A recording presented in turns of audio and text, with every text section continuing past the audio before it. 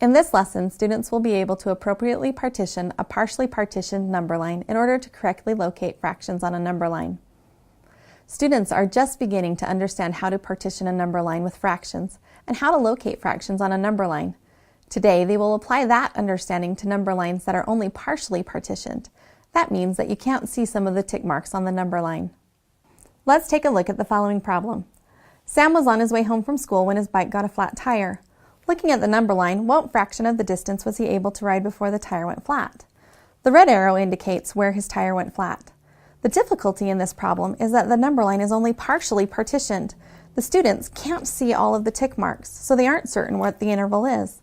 This is difficult for students, and it really makes them think, so how do I solve this? Just eyeballing is too difficult for most third graders, so we want to give them some strategies to figure it out. The first step to solving this problem is to correctly partition the entire number line.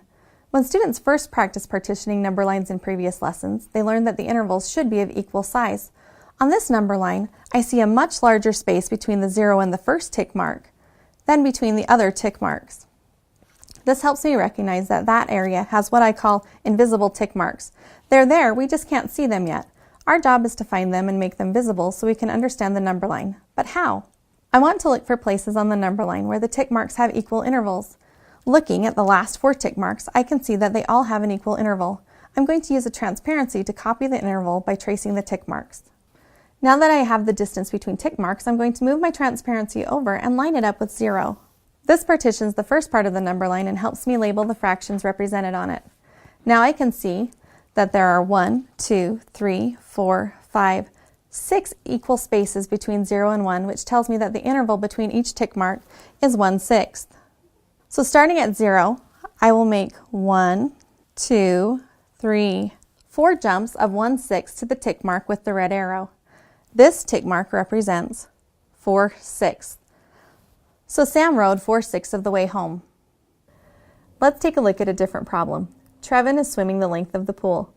The red arrow indicates his position. What fraction of the total distance has he swum so far? When looking at this problem, students might think they know the answer because it's easy to see that the first few intervals are equally spaced. However, this can lead to simple mistakes and inaccuracy, so encourage your child to prove their answer by partitioning the whole number line into equal intervals. I could use a transparency to do this like last time, but this time I've placed my number line on a grid. I can see that there are 3 squares between tick marks at the beginning of the number line and 6 squares between the end tick mark. That tells me that I need to add tick marks toward the end of the number line so that there's 3 squares between each tick mark. When I add the tick marks, I can see that there are 8 spaces, which tells me that the interval between each tick mark is 1/8.